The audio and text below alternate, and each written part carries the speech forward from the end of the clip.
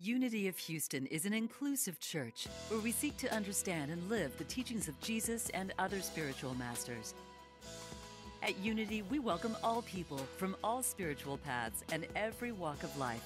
We celebrate the diversity of our city and of our world, and we teach love, tolerance, and oneness, seeking to live in harmony with open minds and open hearts.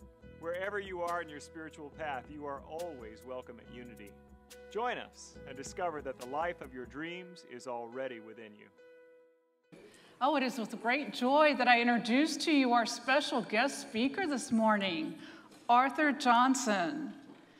I'm going to tell you a little bit about him this morning. After a career as a Baptist minister, he discovered New Thought and has been on a mission ever since to educate, equip, and empower individuals to live lives of success, achievement, and prosperity. He is the president and CEO of the Vision Inspired Performance Group. He's a speaker, teacher, and consultant, mentor to many leaders.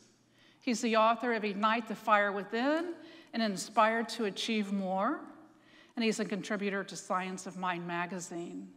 His love and warmth just flows from him over the phone. I could just feel your love and energy over the phone. What an amazing soul you are. Join me in giving a very warm welcome to Arthur Johnson. Come, welcome, Arthur.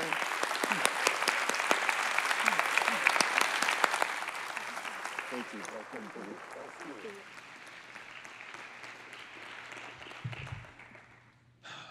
Good morning, Unity. How many of y'all are excited to be here today?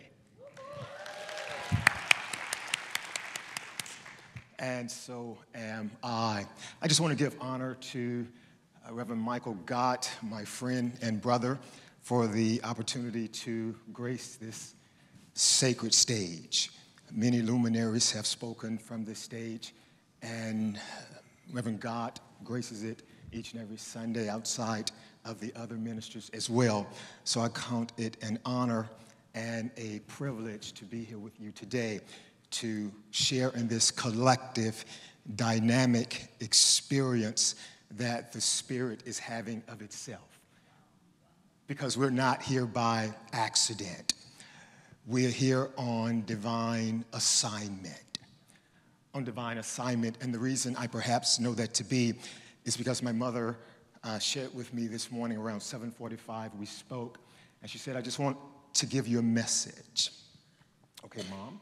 She said, I want you to be blessed, and I want those that hear you to have their lives changed. And I said, thank you for those words, Mom. Yet to be thoughtful that my mom is 79 years young. 79 years young. She normally gets up around 11 or 12 o'clock during the day. That's her sleep pattern. For her to get up this morning to give me a message because she knew that I would be coming to share with you. I knew that we were on divine assignment and you were set up for a divine appointment. And it is my desire that when we leave our time together, that you would embrace what the song that Siobhan sang, my wish is that life would become, my wish is that life would be. And as she was singing the song, I thought about the scripture, and as it says, I am, I don't want to say a retired Baptist minister and all of that good stuff, but I started preaching as a young boy, 15 years old. This year makes 38 years. I've been sharing the good news, helping individuals to discover the potential that lies within them, the essence of God that breathes each and every one of you. And I was thinking of the scripture that says, my wish, this is from 3 John, the writer John, he says, my wish is above all things that you would prosper and be in health even as your soul prospers. That's Spirit's wish for us, that we would prosper and be in health even as our soul prospers. And today, hopefully, as I share what has been given to me to share with you, how to live your best life now, something would resonate, something would penetrate the psyche that you possess to say, you know what? there is more for me. There is a better, a bigger, a brighter, and a grander vision of my life that I can hold. How many of you would want to have that kind of life? Okay.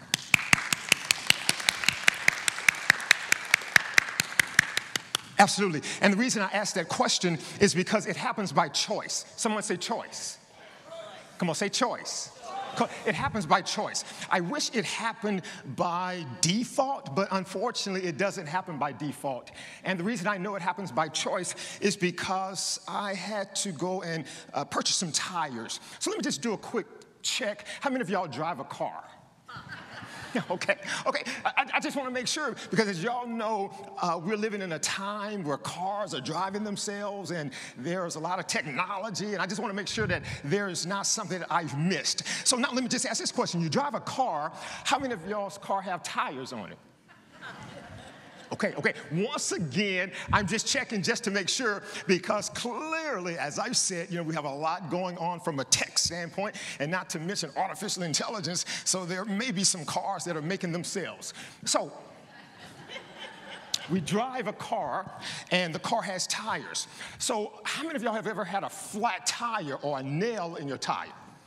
Okay, all of us.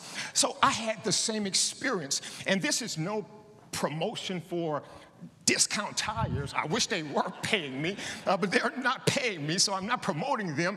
But I just want to use the example that Spirit gave to me as I was in discount tires. So the attendant came to me, and he says, well, what I want to do is I want to share with you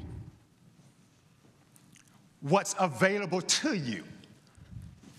I want to share with you what's available to you. And he went on, he says, we have a tire rating system. If you've ever bought tires from discount, we have good tires, we have better tires, and we have best tires. Good tires, better tires, best tires. Spirit started talking to me. He says, you know what, Arthur? That's just like life. You can either have a good life, you can have a better life, or you can have a best life. But you get to choose.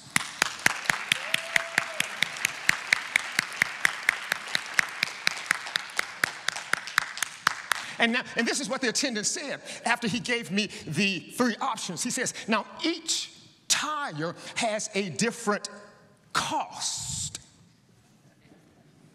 Good, better, best has a different cost. And he says, based on your budget, okay, will perhaps determine which tire would be best for you. Okay, Spirit kept on talking. He says, okay, Arthur, you can have a good life, you can have a better life, and what's that last life? Best. A best life based on your belief. Based on your belief. Because how many of us know that according to your faith, be it unto you? So my life will not go any higher than my level to believe. So do I have a good belief? Do I have a better belief? Or do I have a best belief? Because if I have a best belief, guess what? I can have a best type of life. Now I can have a best type of life. Not next week, not next year, but right now I can have a best life experience if I can believe for it. Can you believe for a best life experience? And we have to take into account our responsibility for co-creating with Spirit. Because remember, it doesn't happen by default. It happens by design. It happens by design. And Voltaire said it like this. Voltaire said it like this, that God gives us life, and it's up to us to live life well.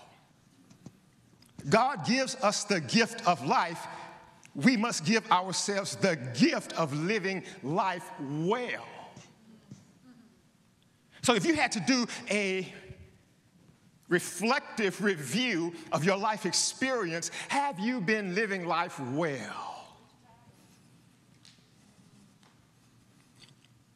has nothing to do with your neighbor, has nothing to do with your husband, wife, aunt, friend, dog. You're looking in the mirror and you're asking yourself, self, have we lived life well?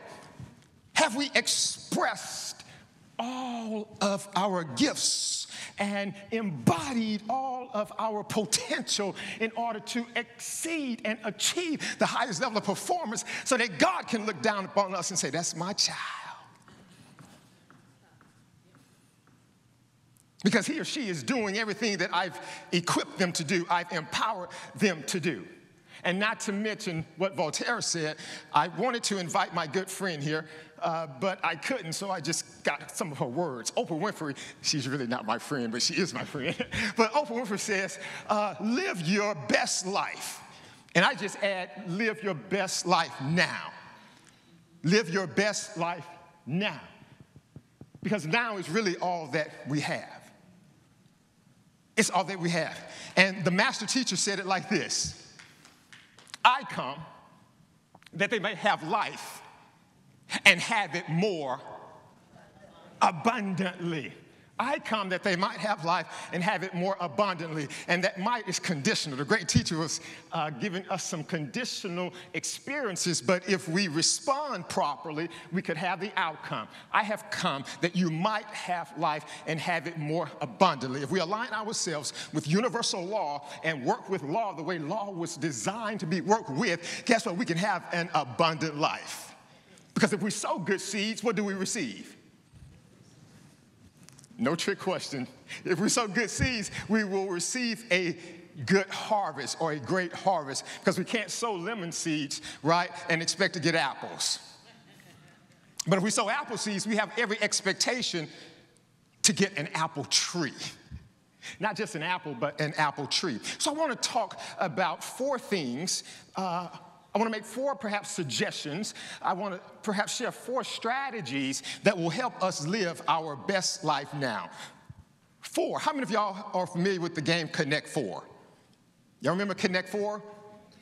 Back in the day, it's an old game, and we had the red and the black, and the whole goal was to line up four of your color, and you had to prevent your opponent from doing the same. Well, once again, I want to share four strategies, four suggestions that I think will help us live our best life now. And you may say, well, Arthur, I just don't know if all of those would work for me. Okay, that's great, that's great, that's great. But maybe one will work for you, or maybe two, and maybe all four. But I would hope to say that by the time we leave, you say, you know what, Arthur, I can agree. Those things will help me live my best life. And because I desire to live my best life, I am going to employ each one of those suggestions, each one of those strategies. And the very first thing that I must do, that you must do if we're going to live our best life is you must be your best. You must be your best. Say, I must be my best. Yeah, absolutely. We must be our best, because there's a book by the name of Your Invisible Power. Have y'all heard that book, Your Invisible Power, by Genevieve B. Rand? A very powerful book. And right there in the foreword, before she even gets to the introduction, she's dropping gold. And this is what she says. She says, in your effort to possess, the thing you most need is to consistently be your best self. To consistently be your best self.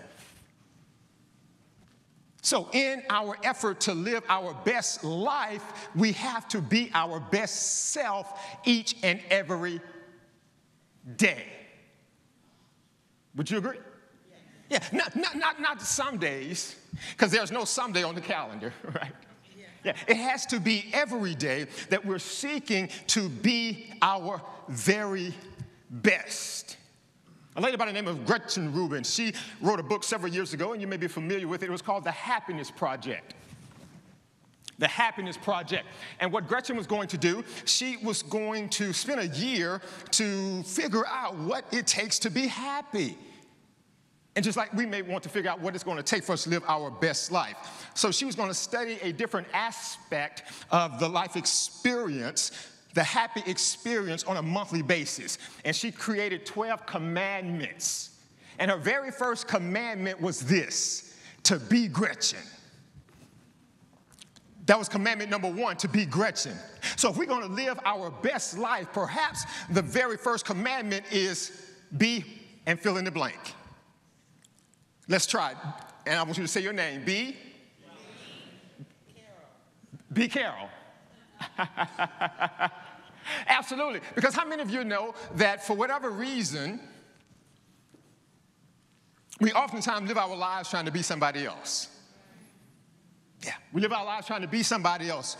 I think Reverend Michael talked about it last week when he talked about being authentic, and he had overcome people-pleasing, right, and wanting to please everybody else. And oftentimes we lose ourselves in trying to please everybody else. But perhaps if we're going to live our best life, it's because we've made a decision to be ourselves. And to be ourselves, we must believe in ourselves. And in that, we must believe that all things are possible. Not some things, but all things are possible. Because when we talk about living our best life, we're going to have to break outside of the bounds. We're going to break outside of our comfort zone and realize that this best life that we desire, we can create it. This best life that we desire, we can have it. But how do we get it? We get it by showing up every day as our best selves. Because remember, we're talking about living our best life when? Now. So firstly, if we're going to live our best life now, we must make a decision that I'm going to be me. Period. Now, this is the deal. Who are you? Outside of the label, outside of the role, outside of the responsibility, outside of the job title, who are you? I love it. I love it. And what I want you to know is that underneath the title, underneath the label, underneath the role, underneath the responsibility, you are pure, powerful God energy. You are God in essence showing up in form. So with that, you can be whatever you desire to be.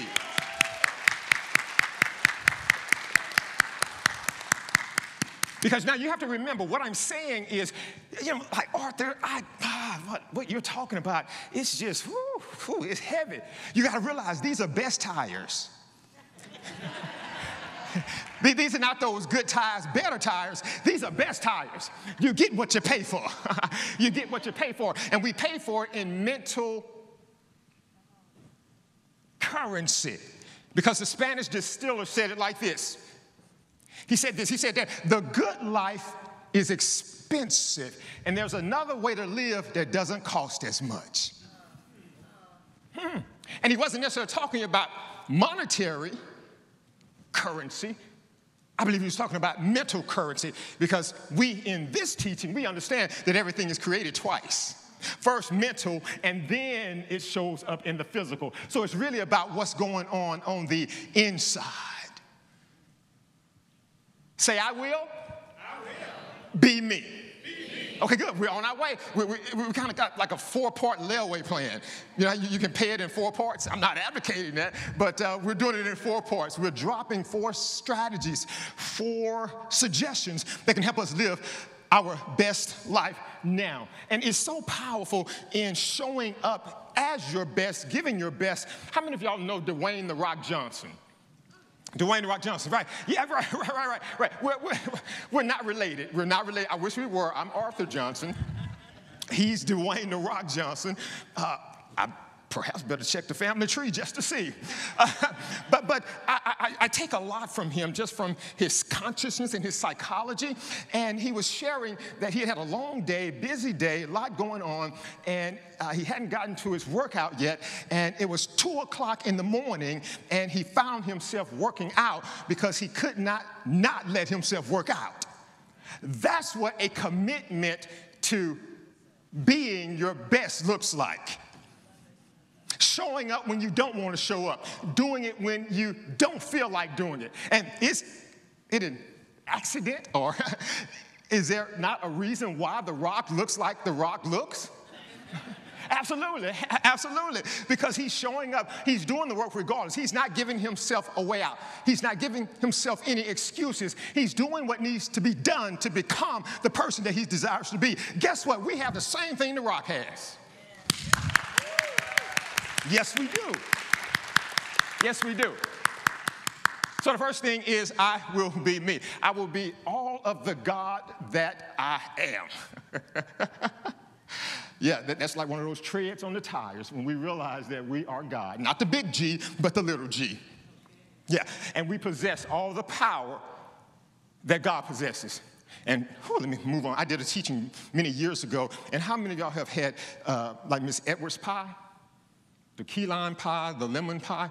And I did a demonstration, and I had individual slices, and I had a whole pie. And we read through the ingredients. And guess what? The ingredients on the slice were the same ingredients that was on the whole. I'm trying to help somebody. I'm trying to help you to let you know that you're just an offshoot of God. You're just a chip off the old block. Absolutely. So not only must we be our best and believe the best, secondly, you must envision the best. Someone say envision.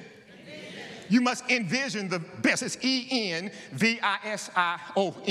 Oftentimes, let's get away from the television, right? And work on our envision, right? So that we can actually live a vision.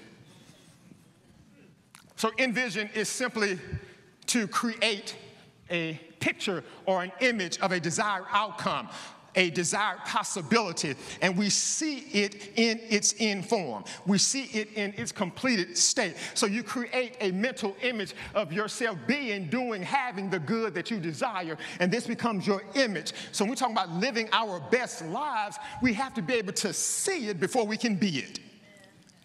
We have to be able to see it before we can be it. So in order to put this strategy into action, we have to take time to envision what it is we desire to be, do, and have that would reflect and reflect our best life.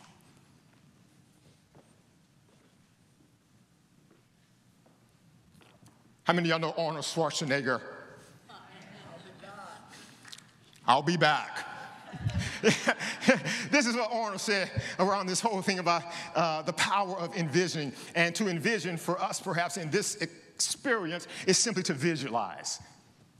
It's to visualize. But he says this, that the mind is the limit. The mind is the limit. As long as the mind can envision you doing something, you can do it as long as you believe 100%.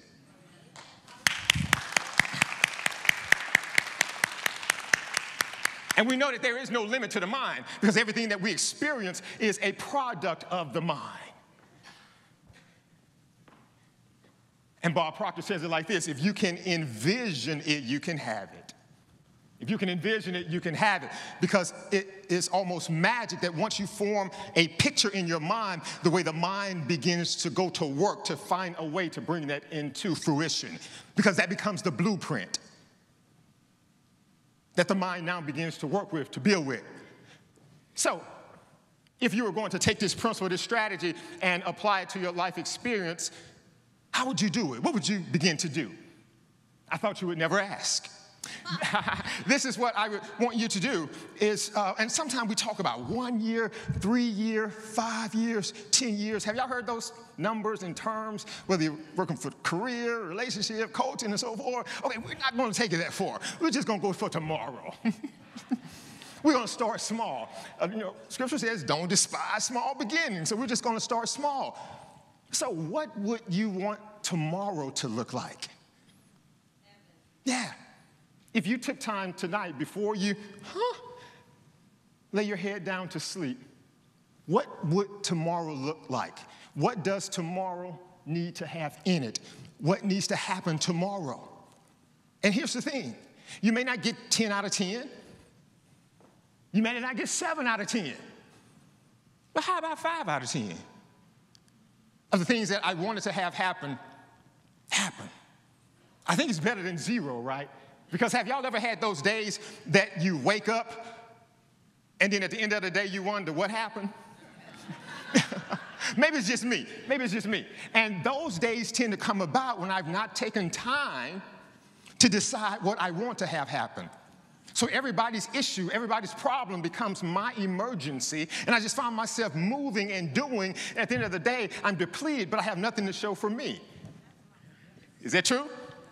See, that's what happens on those good tires. But we come over here to these best tires, we just don't roll like that. So I must be my best. I must envision the best in every experience if I'm going to live my best life. And I must share with you that life is happening in the moment. We're creating life with each and every choice that we make, each and every decision that we make. We're creating life. Life is not next week, next year, next month. It's now. Because now is really all that we have. And if we take care of the now, the tomorrow will take care of itself. I think the great teacher said it like this. Why are you worried about tomorrow? It has enough cares of its own. Just be in the now and trust that you're going to have everything that you need to thrive in this moment.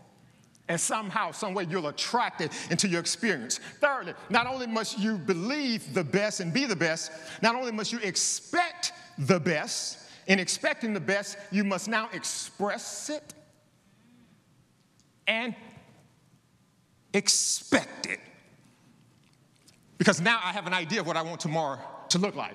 So now I wake up doing what I have seen in my visualization. So now I can have a healthy expectation of success coming about. Because I'm now working with the law the way the law was designed to be worked with.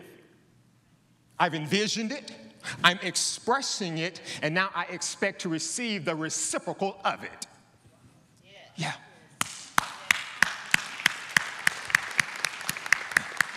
That's how it works. I sow a seed in the ground, I water it, I keep the weeds out, perhaps put some fertilizer on it, and I expect to get a tree.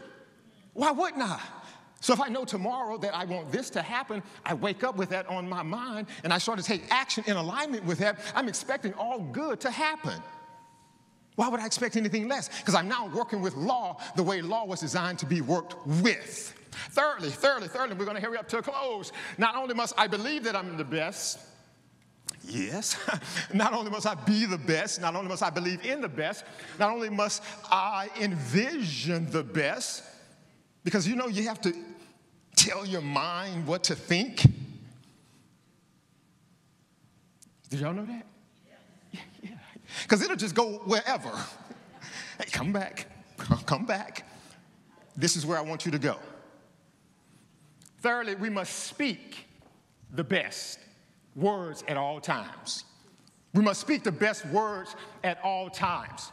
So once again, not only must we be the best, not only must we envision the best, we must speak the best at all times.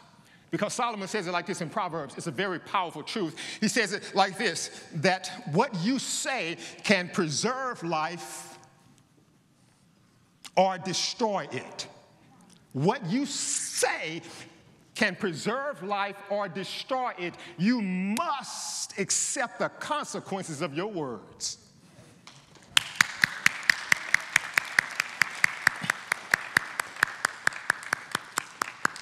Y'all might say, well, I haven't heard it that way. Well, the King James says it like this. Life and death is in the power of the tongue, and that he that eats it will eat the fruit thereof. I just kind of share with you the good news translation because I like sharing the good news. So the words that come out of our mouth can either preserve life or destroy it. We must accept the consequences of our words. Because have you ever said something that you wish you had not said? Yeah. I like to say this. Make sure that your words are sweet in case you have to eat them on the back end. Because somehow they have a way of coming back to see about you. I see I have some company. We've been in uncharted territory saying something and we had not said it. So we want to make sure that we are speaking best life language. We are speaking best life language. What is best life language, Arthur? It's language that's generative, that generates the outcome that you desire. And make sure that we're not speaking destructive language, which destroys the very good that we desire. Because every word that we have is creative. It's creating something. The question is, what is it creating? You say, well, I don't know. I'll just say it like this. Let's just look around. Let's just look around at our life. Because we will see what we say, whether we are aware of what we're saying or not. Because it's not just the conversation that I'm having with others, it is also the conversation that I'm having with myself. Say, I must regulate my internal dialogue. Yes, because our internal dialogue is determining our direction. Words are powerful. And the words we speak are creating the life we experience. And if we're going to live our best life now, we're going to have best life language. Language that is generating the outcomes that we want. We just can't say anything and everything because anything and everything is having an effect on everything. We have to make sure that our speech is in alignment with what we want to see. If not, don't say it. I think we've talked here about Eric Butterworth and spiritual economics. He made a statement in that particular book. He said, only talk about the things you want to see in your life experience. Only talk about the things you want to see in your life experience. And this is my last thought on speak the best words. There was a story told, and there were a group of people, couple of people, an army of people.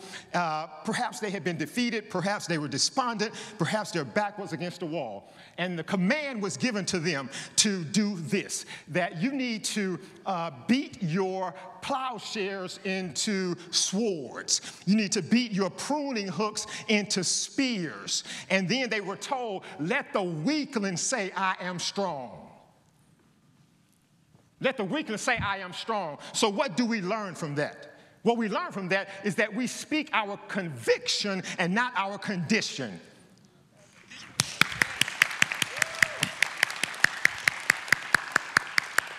If I'm already weak, I don't need to talk about that. If I'm already sad, I don't need to talk about that. If I'm already hurting, I don't need to talk about that. I need to talk about my health. I need to talk about my overcoming. I need to talk about my prosperity. I need to talk about my breakthrough. I need to talk about my strength, because what is, and as long as I continue to talk about what is will always be what is. But when I begin to talk about what I want to see will now become my reality. Talk, Arthur.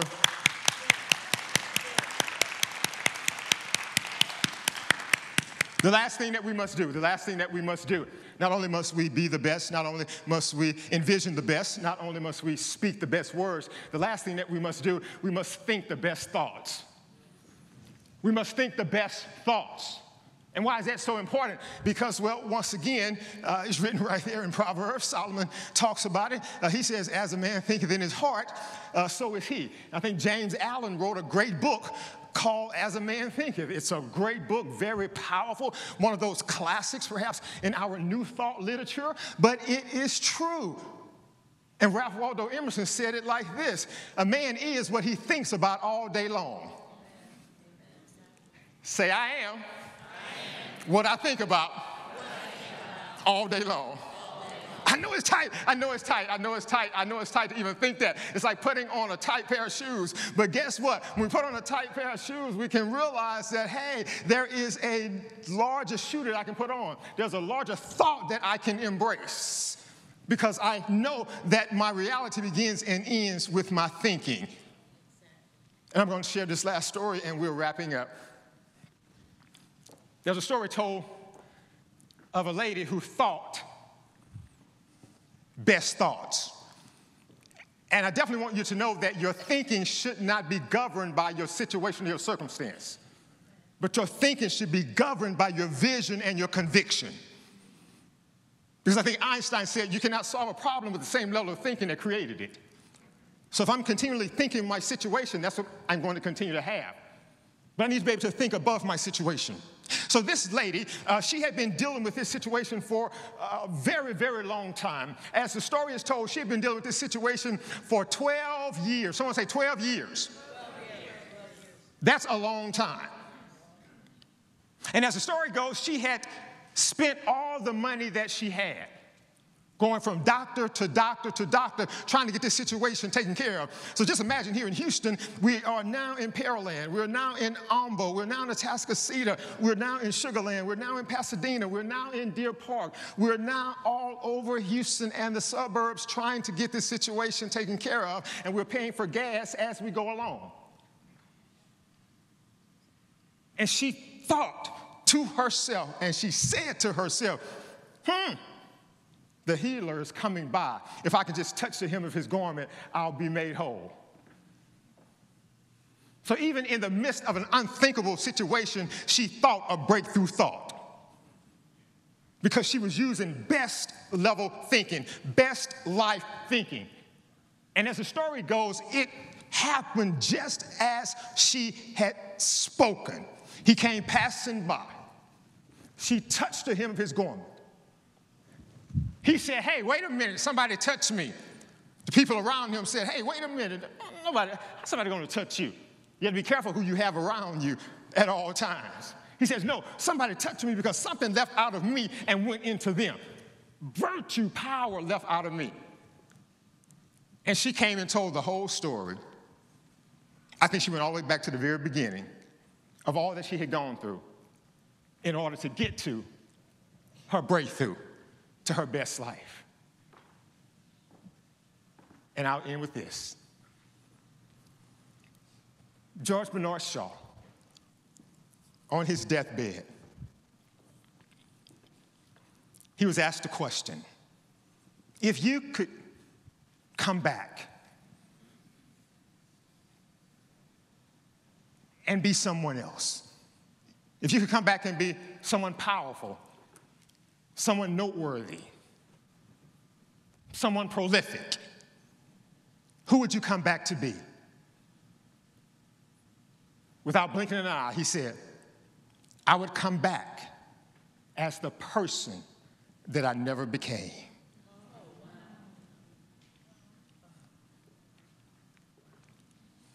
I would come back as the person I never became. We only get to come this way one time. This is not a dress rehearsal. My question to you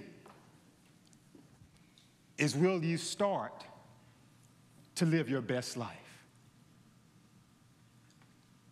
The B,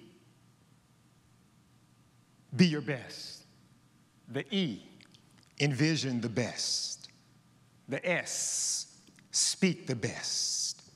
The T, think the best. B-E-S-T. Let us all pray. Dear God, we thank you for this day. We thank you for this time. God, I thank you for each and every heart that has heard this message. I thank you that right now you are creating within us the courage to pick up for our mess-ups, to collect our shortcomings and misgivings, and be willing to start anew, to start afresh, to start over again with a desire to live our best life.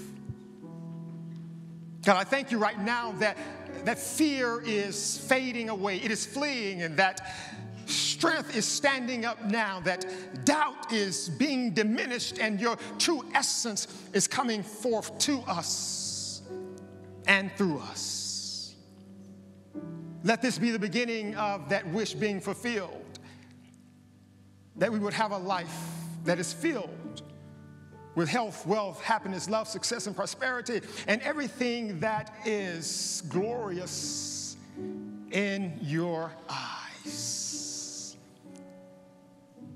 Bless us, watch over us, keep us, and continue to live as us, is my prayer. Amen? And so it is.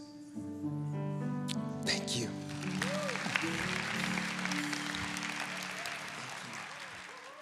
Watching this message today. I'd like to invite you to join us in person here on campus at Unity of Houston for Sunday morning or Wednesday evening services. If you can't be with us here on our campus, you can still join us live on Facebook or on our website, unityhouston.org, Sunday mornings at 11 a.m. Central.